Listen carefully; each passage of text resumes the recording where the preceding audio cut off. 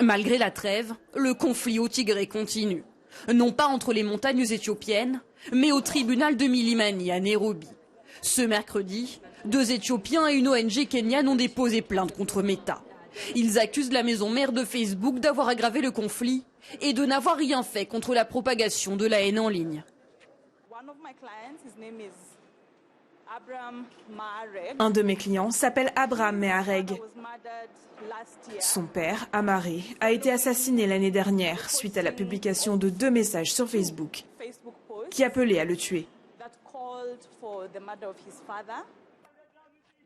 À l'automne 2021, alors que le conflit s'intensifie entre les Amaras et les Tigréens, des comptes Facebook publient les informations personnelles de ce professeur d'université originaire du Tigré.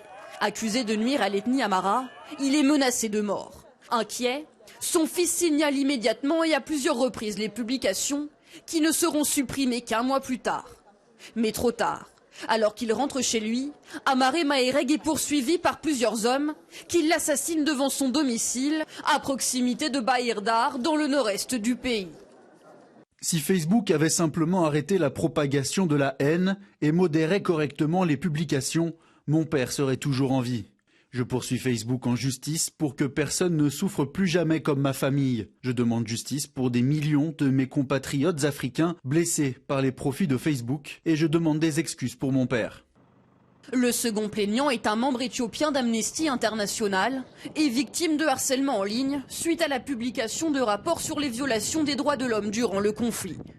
Ensemble, ils reprochent à Facebook de ne pas investir suffisamment dans la modération de contenu en Afrique, bien moins selon eux que sur d'autres continents. Leur souhait désormais, que Meta modifie l'algorithme de Facebook qui favoriserait les contenus haineux. Et 1,6 milliard de dollars de dédommagement pour les victimes de haine sur le réseau social. De son côté, Meta a réagi par la voix de son porte-parole.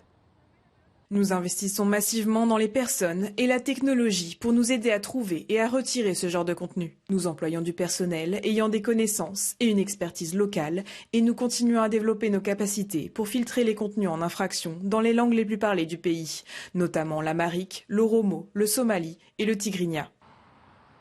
Il y a 1 an, une ancienne employée de Facebook avait divulgué des documents confidentiels démontrant que le réseau social n'empêchait pas suffisamment les groupes armés éthiopiens d'utiliser la plateforme pour publier des contenus haineux. La même année, une plainte similaire avait été déposée contre Facebook par des réfugiés Rohingyas, minorité musulmane de Birmanie.